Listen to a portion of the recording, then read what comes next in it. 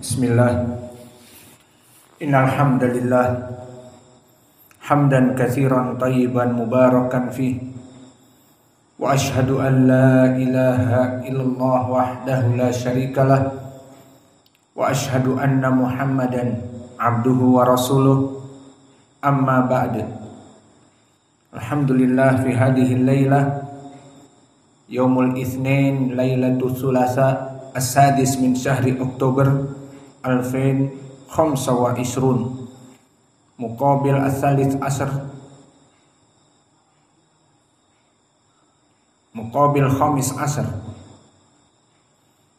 min syahri Rabi' as-sani 1447 mazilna fi darsina ba'da as-salawat ay ba'dal maghrib fi masjid Imam Muqbil Al-Wadi'i Bidar Masraya fi Sumatra Al-Gharbiyah fi Indonesia.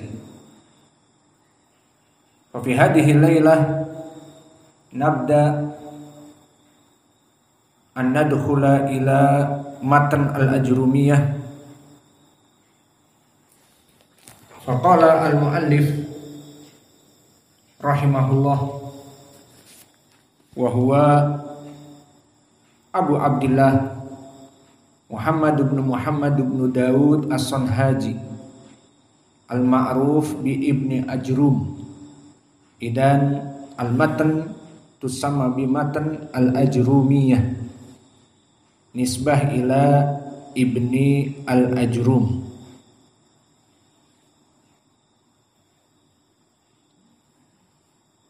Fahadal kitab muyassar fi lugatil arabiyah.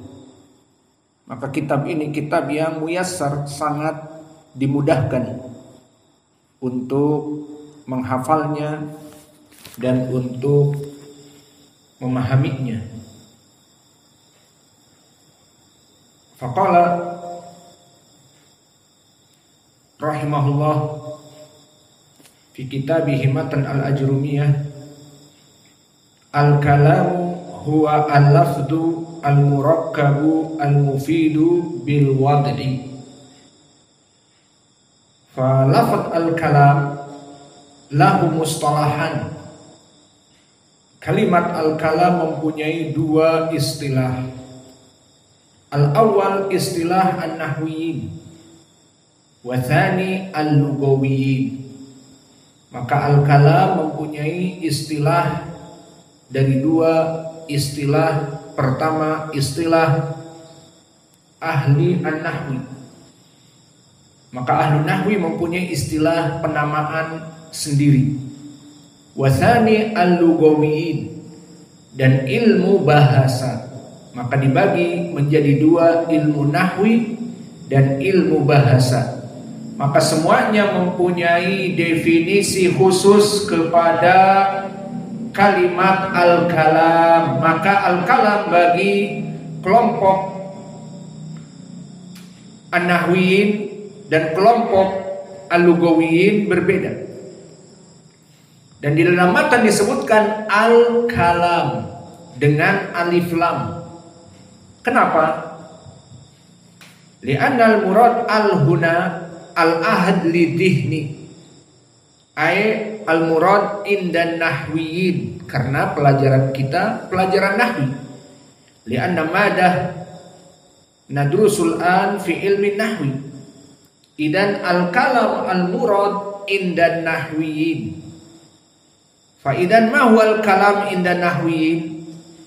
Apa itu al-kalam menurut ahli nahwi?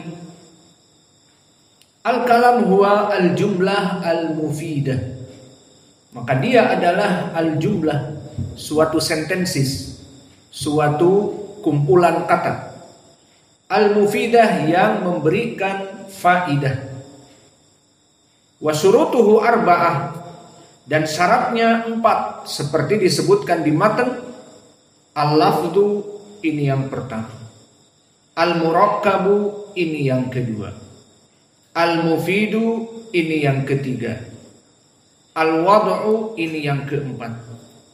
Maka al-kalam istilah lain al-kalam adalah al-jumlah al-mufidah,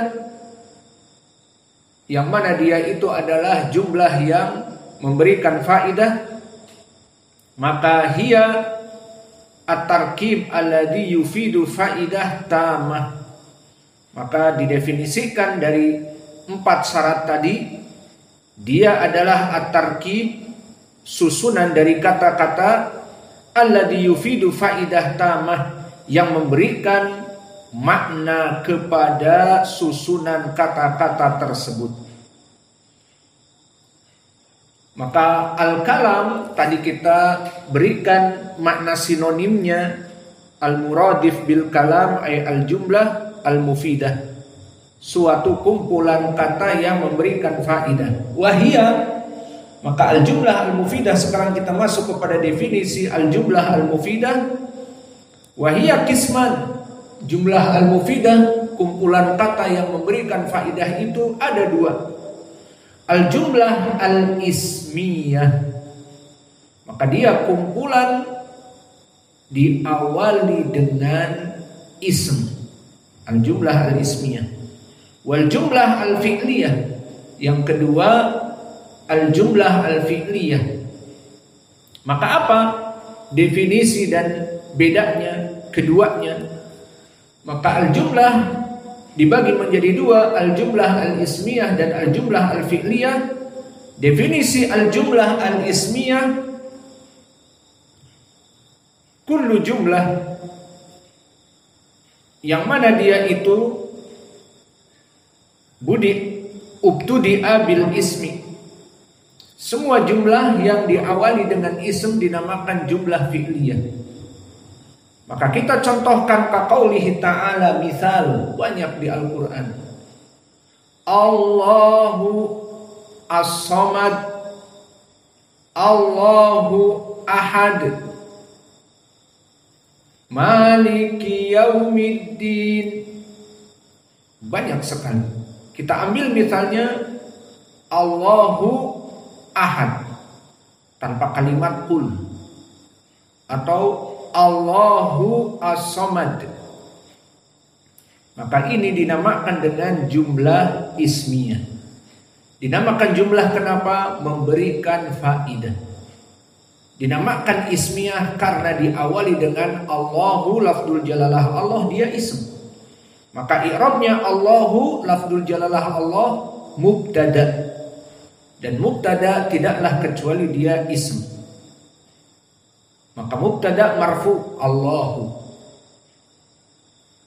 lafzul jalalah Allah, mubtada marfu. Ahadun khobaruhu marfu, Allahu ahadun, Allahu as-samadu. Ini contoh yang kedua, Allahu mubtada, as-samadu khobarnya. Fakilahuma jumlah ismiyah. Yusamma jumlah ismiyah li'anna ubtudi'a bil ism ay lafzul jalalah Allah ism.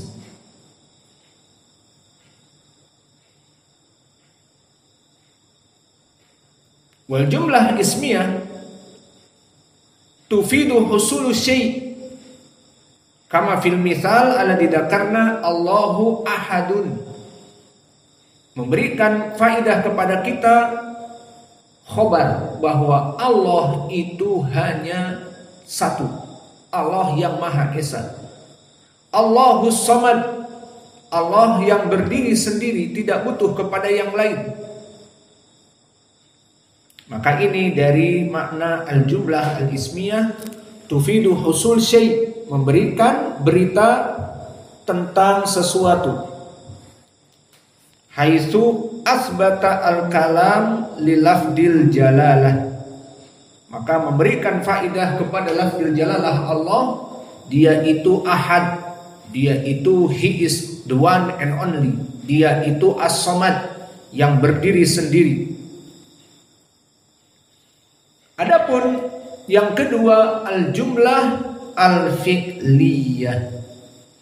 Wal jumlah al-fi'liyah hiya al-jumlah allati tabda'u bil fi'il. Maka alamat dari al-jumlah al-fi'liyah dia dimulai dengan fi'il. Berbeda tadi jumlah ismiyah dimulai dengan ism, maka jumlah al-fi'liyah dimulai dengan fi'il. Wa yusammal jumlah bimakna tufidu syai'. Wal fi'liyah li'anna tabda'u bil fi'il bi anwa'ihi ats-tsalatsah kama sayatil fi'il tsalatsah, imma fi'lin madhi, imma bi fi'lil mudhari', imma bi fi'lil amr. Al-an na'ti lakum misal minal jumlah al-fi'liyah. Yaqulu ta'ala fi kitabihil karim fasbir kama sabara ulul azmi minar rusul. Fahuna jumlah fi'liyah. Limada laysat jumlah ismiyah? Li'anna ubtudi'a bil fi'il. Aina fi'il? Fasbir fi'lun amr. Fasbir kama sabara ulul azmi minar rusul. Maka bersabarlah kamu wahai Muhammad seperti bersabarnya mereka ulul azmi minar rusul, para rasul yang digelari ulul azmi. Aina mikrofon? Indak ya Abdurrahman, man ulul azmi?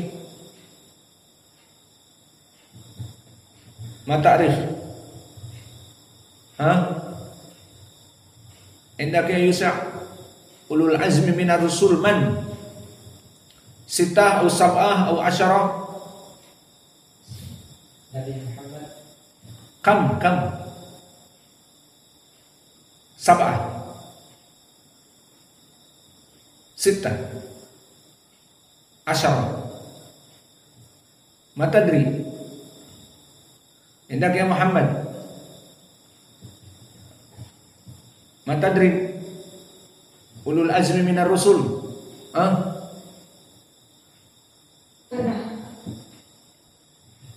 Ma tadri kullukum ma ahad ya'rif? Uktubu nun ay Nuh alaihi salam, thumma Isa, thumma Musa, thumma Ibrahim, thumma Nabi Muhammad. Idan Nuh, Ibrahim, Musa, Isa wa Muhammad haula ulul azmi minar rusul. Wa mithal akhar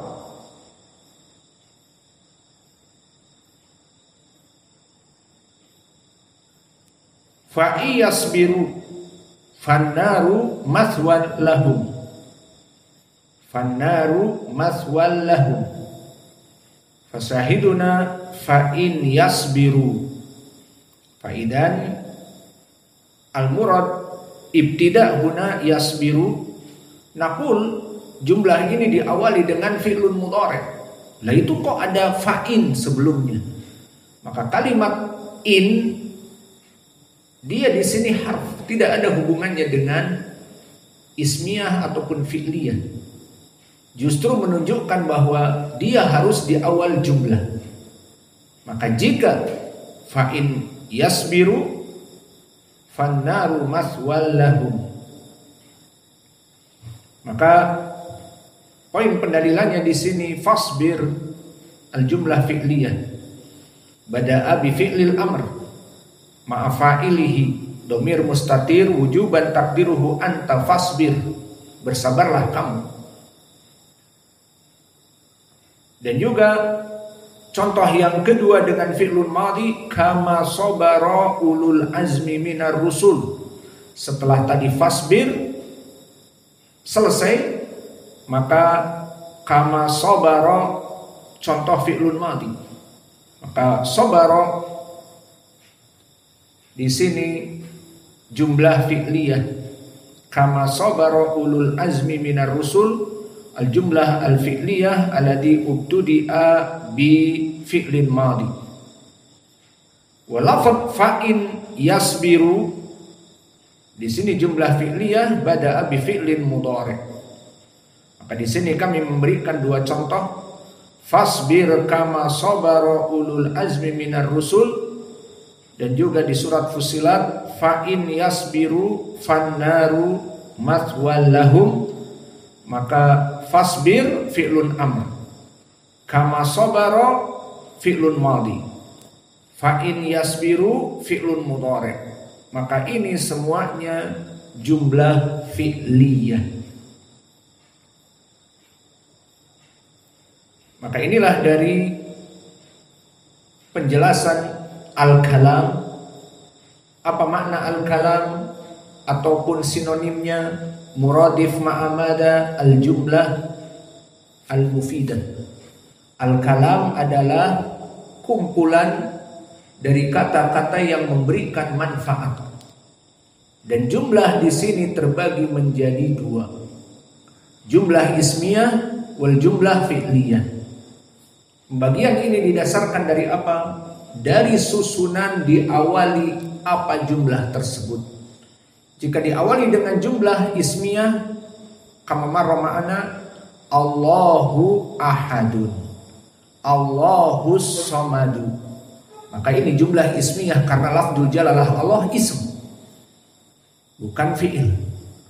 Dan yang kedua jumlah fi'liyah, contohnya fasbir kama sabara ulul azmi minar rusul. Kalimat fasbir diawali dengan fi'lun amr, dan kalimat kama sabara diawali fi'lun madhi. Dan juga ayat yang tadi kami baca, fa in yasbiru fannaru mathwal lahum, maka yasbiru fi'lun mudhari'. Maka ayat yang kami baca dari sabara, fasbir dan yasbiru, tiga jenis ini fi'lun, maka jumlah fi'liyah. Sehingga kita mengetahui sekarang makna al-kalam inda ahli an-nahwi. Apa itu jumlah al-mufidah? Terbagi menjadi dua, baik dia jumlah ismiyah ataupun al-jumlah al-fi'liyah. Amma inda lugawiyin, al-an nantakil intahaina min ahli nahwi. Selesai dari al-kalam menurut ahli nahwi. Wa amma indal lugawiyin, menurut ahli lugah, huwa amun likulli ma yahsulul faidah sawa'un kana rasm aul isyarah aul kitabah. Maka menurut ahli bahasa, ahli lugah, al-kalam itu semua yang memberikan faidah, maka dia itu adalah al-kalam. Maka beda sekarang. Ahlu nahwi tadi mengatakan al-kalam jumlah al-mufidah, dan syaratnya harus 4. Al-lafdu al-murakkab al-mufid bil wad'i, seperti di matan. Adapun menurut ahli lugah, al-kalam bersifat umum. Apa-apa yang memberikan faidah dia dinamakan al-kalam. Contoh, misalnya di ruangan ini tidak boleh ada yang merokok.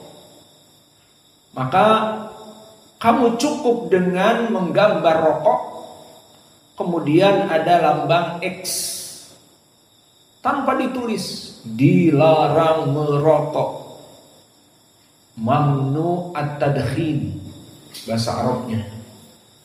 Maka tanpa ditulis itu memberikan informasi dengan digambar rokok, kemudian ada X, maknanya don't smoke, not smoking bahasa Inggrisnya.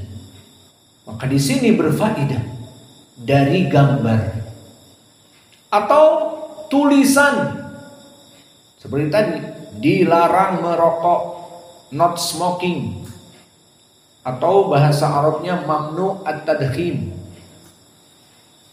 Maka ini tulisan memberikan faedah. Atau isyarah, seperti kalian mengisyaratkan sesuatu.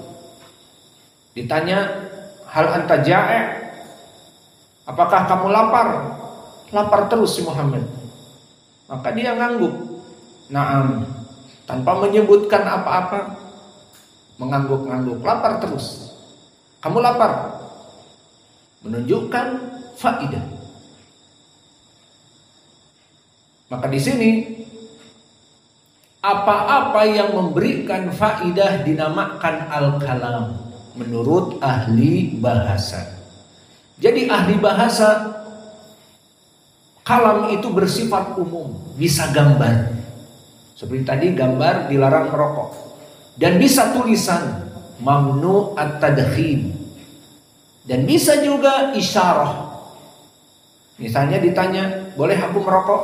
Dijawab hakada, tangan bergoyang-goyang, tidak boleh. Maka ini pun kalam. Atau bahkan bukan dari manusia, seperti sirine, seperti klakson. Maka klakson mobil menunjukkan agar orang yang ada di depan minggir. Titit. Ataupun alarm dari masuk kelas ataupun selesai dari hissah pelajaran, ataupun alarm bahkan dari alarm yang sangat penting seperti gedung kebakaran ada alarm berbunyi, maka semua lari dari kamarnya, ruangannya. Maka alarm ini bahkan munabbih untuk membangunkan kamu adzan awal, maka itu juga berbunyi. Itu bagi ahli lughah al-kalam. Di saat bunyi maknanya bangun. Seperti itu. Maka ini semuanya al-kalam. Bahkan suara alarm dari jam ataupun suara klakson, sirine, ini semuanya memberikan faidah dinamakan al-kalam. Sehingga ahlul lughah terlalu luas memberikan makna kalam.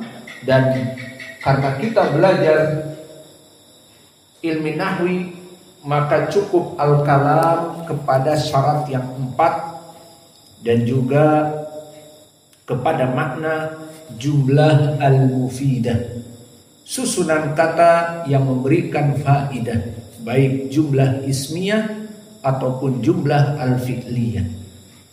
Maka sekarang kita masuk kepada syarat yang 4 tentang al-kalam tadi menurut ahli nahwi. Maka karena kita belajar ilmu nahwi, maka kita masuk kepada istilah ahli nahwi. Naam aula.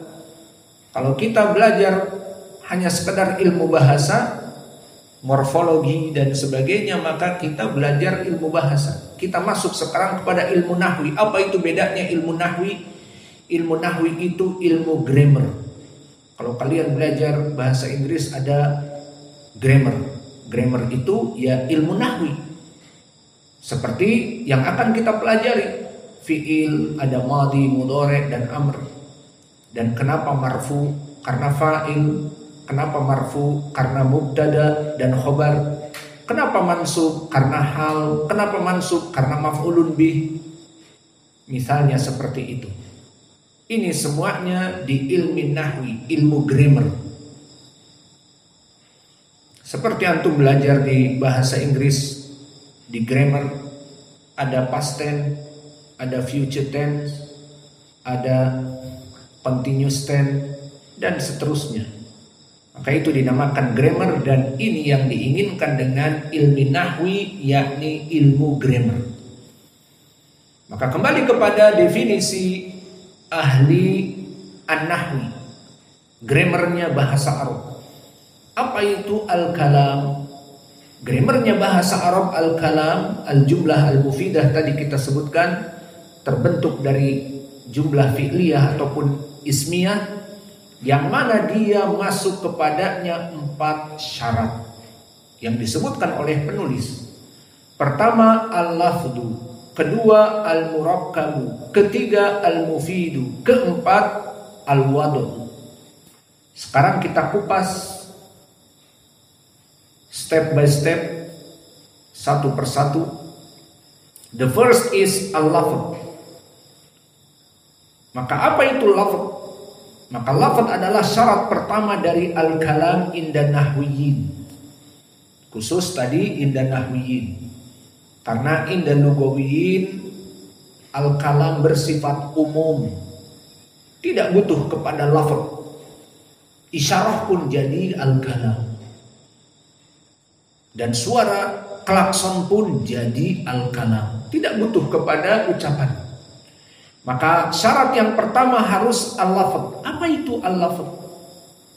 Definisi dari lafz adalah as-saut al-munqati' minal fam al-mustamil ala ba'dil huruf al-hijaiyah misru alif ba ta sa ila ya. Maka makna dari al-lafz dia adalah suara yang keluar dari mulut dengan huruf hijaiyah. Itu dia al-lafz. Maka al-lafz ini kita contohkan misalnya masjid. Di saat seseorang mengatakan masjid, itu dinamakan al-lafzu. Kenapa? Masjidun adalah al-lafzu. Kenapa? Karena dia keluar dari lisan dan tersusun dari huruf hijaiyah, mim, sin, jim, dal. Masjidun. Ini dia definisi dari lafz. Yang mana lafz adalah as-saut al-munqati' minal fam, suara yang berasal dari mulut, dan mulutnya ini dari huruf hijaiyah dari alif sampai ya. Maka di saat disebutkan masjidun, contoh lain biar lebih mudah. Baik. Kitabun, contoh lain. Tilmidun, contoh lain apa? Kittatun. Apa yang ada di antara kita? Ada kittah dan yang lainnya. Maka ini semua contoh dari lafz.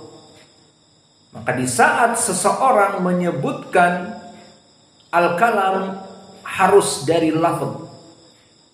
Maka jika seseorang mengatakan hayya 'alas shalah,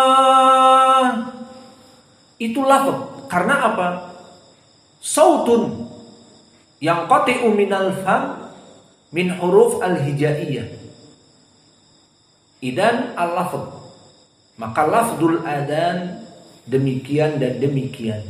Maka lafz adan itu dinamakan lafz. Maka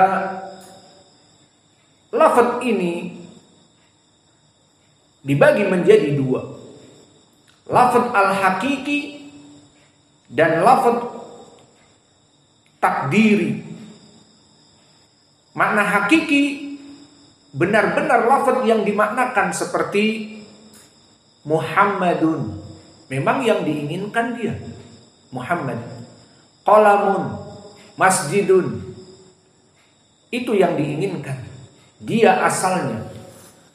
Dan takdiri ditakdirkan maknanya tidak jelas. Kalau tadi jelas hakiki, qalamun, qalam hakiki. Muhammadun hakiki. Dan di sana ada yang ghairu hakiki, ay takdiri maknanya ad-dhamair. Maka seperti huwa, huma, hum. Dia satu laki-laki. Huma dua laki-laki. Hum mereka laki-laki yang banyak. Anta, antuma, antum. Kamu laki-laki satu. Kamu laki-laki dua. Antum, kamu semuanya laki-laki. Itu dinamakan lafaz, tetapi maknanya tidak jelas karena kembali kepada dhamir. Maka di sini kita mengetahui bahwa al-kalam menurut ahli nahwi itu harus suara yang keluar dari mulut dari huruf hijaiyah. Maka keluar dari sini adalah suara klakson. Iya apa tidak? Tersusun dari huruf hijaiyah. Totot. Misalnya. Maka di sini bukan dari al-lafz. Dan begitu pun keluar dari permasalahan ini seperti orang-orang ahlu lughah yang mengatakan al-kalam bersifat umum, tulisan tertulis tadi dilarang merokok bil arabi mamnu at-tadkhin. Al-an kitabah mamnu at-tadkhin fi saut. Ada suara keluar dari huruf hijaiyah? Tidak ada. Maka keluar dari sini kitabah. Jadi tulisan bukan al-kalam. Dia harus lafaz, keluar dari mulut, dari huruf hijaiyah. Dan yang kedua ar-rasm, gambar. Seperti tadi kita menulis di masjid ini rokok yang dikurungi dengan X, maknanya mamnu at-tadkhin. Dan juga di masjid-masjid lain HP X, nggak boleh dinyalakan HP misalnya. Maka ini meskipun memberikan faidah makna, namun bukan al-kalam menurut ahli an-nahwi. Karena syaratnya harus lafaz, keluar dari mulut, dari huruf hijaiyah. Maka inilah dari perkara yang diinginkan, dan juga keluar dari perkara ini al-isyarah. Maka isyarah dengan menganggukkan kepala bimakna iya, na'am, ataupun menggelengkan kepala bimakna la.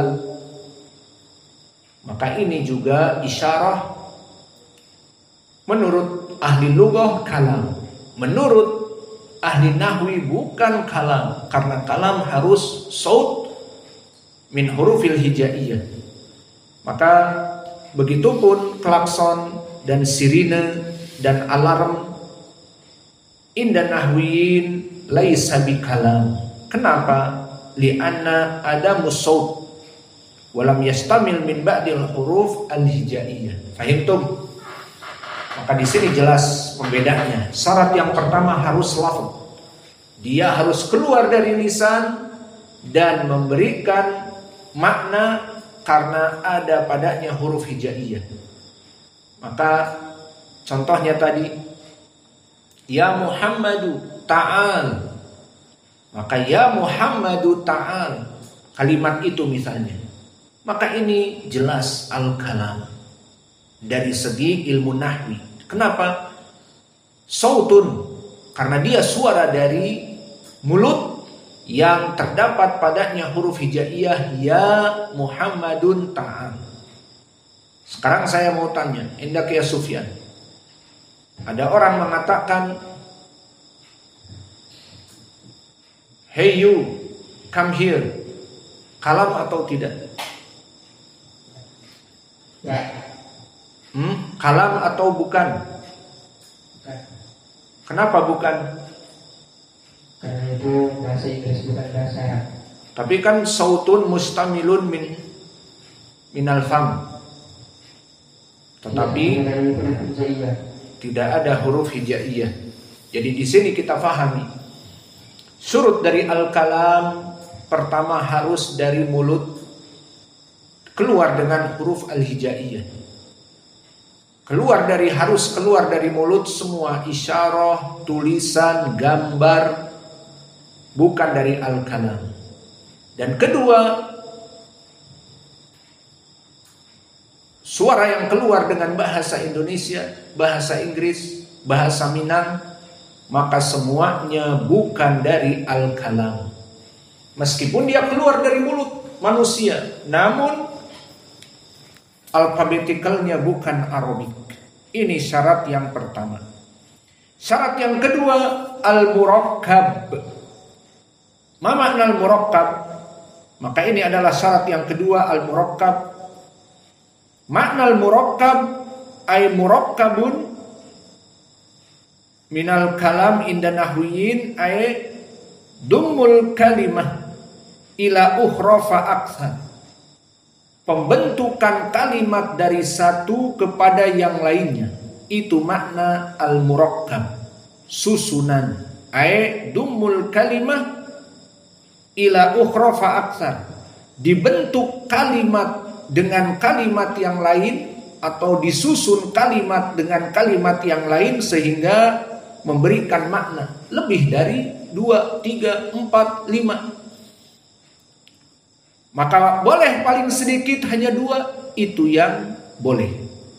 Kalau 1 tidak bisa, kecuali takdir nanti. Maka aqallu tarkib, kalau begitu paling sedikit syarat tarkib terdiri dari 2. Pertama dari ism dan ism. Contohnya tadi Allahu as-samadu, ism, lafzul jalalah Allah, as-samadu ism. Ataupun ana muslimun, ini paling sedikit tarkib, susunan hanya paling sedikit 2. Maka ana mubtada, muslimun khobarnya. Atau yang kedua paling sedikit adalah fi'il dengan isim. Kalau tadi isim dengan isim, ana muslimun, Allahus samadu, maka sekarang fi'il dengan isim. Contohnya qa'ada Muhammadun. Ini jika hakiki. Qa'ada Muhammadun, Muhammad duduk. Jalasa Sa'idun, Sa'id duduk. Ataupun dengan domir yang takdiri tadi, bukan hakiki. Jalastu, maka jalastu kalimat ini tersusun dari jalasa dan tu, aku. Maka jalastu, qa'adtu, ini semuanya tarkib, murakkab, tersusun dari 2, fi'il dan isimnya. Dan yang ketiga, contoh yang paling sedikit susunannya harf wa ism. Tersusun dari harf dan juga dari ism. Contohnya apa harf? Ya. Dan ism Nuhu.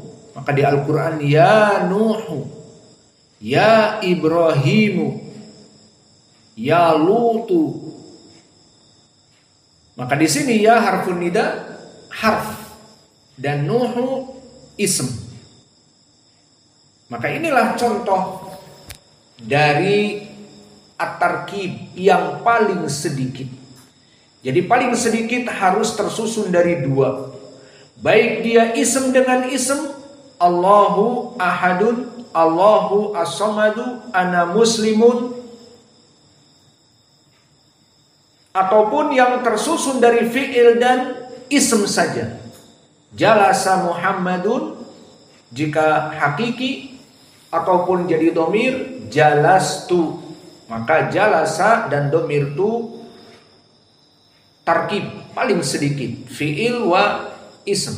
Dan yang ketiga paling sedikit tersusun dari harf dan 1 ism. Ya Nuh, ya Ibrahim. Di Al-Quran banyak. Maka ini dari permasalahan at-tarkib. Dan perlu diketahui, at-tarkib tadi susunan boleh enggak lebih dari 2? Ya boleh. Berapa dari ayat? Misalnya di ayat Al-Quran, lam yalid walam yulad walam yakul lahu kufuwan ahad.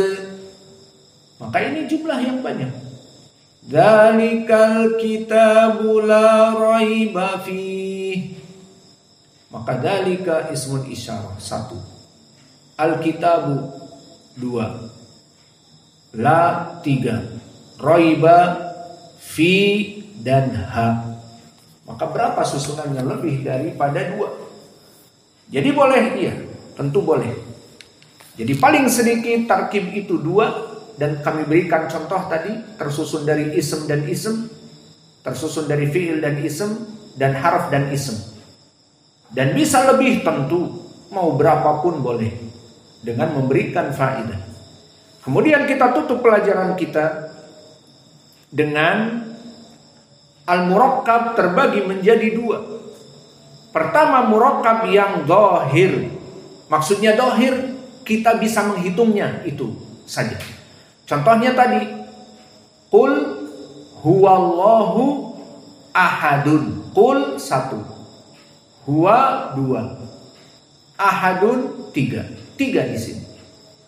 Maka ini yang diinginkan dengan murakkab yang dhahir. Dia itu tersusun dari beberapa lafaz yang bisa kita ketahui. Dan yang kedua, amkana muqaddaron. Maka bisa jadi dia seakan-akan satu, padahal hakikatnya 2 atau lebih. Seperti apa contohnya? Seperti tarkib takdiri. Maka yang tadi tarkib dhahiri, dia dhahir. Tapi tarkib takdiri, dia ada takdirnya. Contoh, seseorang mengatakan ijlis. Ada berapa tuh kalau dihitung? Ijlis, seakan-akan satu, ijlis. Atau ukhruj, keluar, seakan-akan satu, ukhruj. Kita katakan, oh ini bukan kalam, bukan jumlah mufidah. Kenapa? Kan jumlah mufidah tadi syaratnya harus tarkib, tersusun dari lafaz dengan lafaz. Di sini ijlis hanya satu, ukhruj hanya satu. Maka jawabnya di sini ada takdir. Ijlis takdirnya ijlis anta. Ukhruju, ukhruj antum. Itu maknanya. Sehingga ijlis bermakna ijlis anta.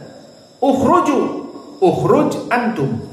Idan hada huwa tarkib yang takdiri, seakan-akan satu. Contohnya juga di sini. Saya tanya kepada Muhammad tentang namanya. Lihat pertanyaan saya, dengar. Masmuk Muhammad. Lihat, si Muhammad jawabnya benar. Muhammad. Satu apa tidak Muhammad? Satu kan? Bukan panjang, tetapi hanya satu kalimat.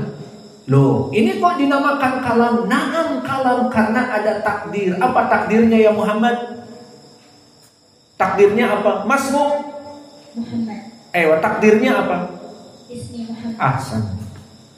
Takdirnya nama saya Muhammad. Jadi berapa? Ismi. Ism 1. Ya mutakalim, nama saya mi. Ismi 2. Muhammadun 3. Jadi malah tarkibnya lebih dari 2. Maka di sini dinamakan tarkib takdiri. Lalu mana misal di Al-Quran tarkib takdiri banyak. Contohnya di surat Al-Ikhlas yang kita ulang tadi. Qul huwallahu ahadun. Berapa coba kalau dihitung jumlahnya? Dikatakan 3? Tidak. 3 dari mana? Pertama qul 1, 2 huwa, 3 ahadun. Qul huwallahu ahadun misalnya.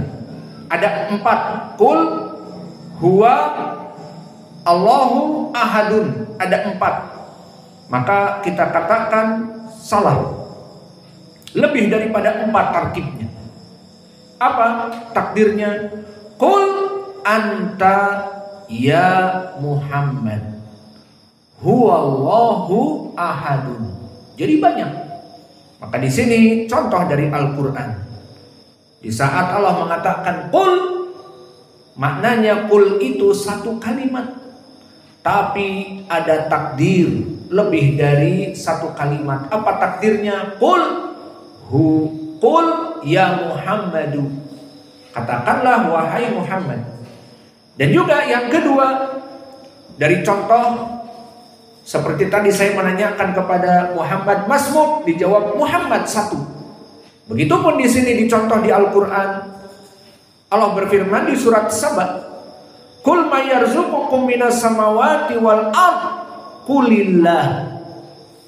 Maka tanyakan kepada mereka, siapa yang memberikan rizki kepada kalian yang di langit dan di bumi? lihat jawabnya.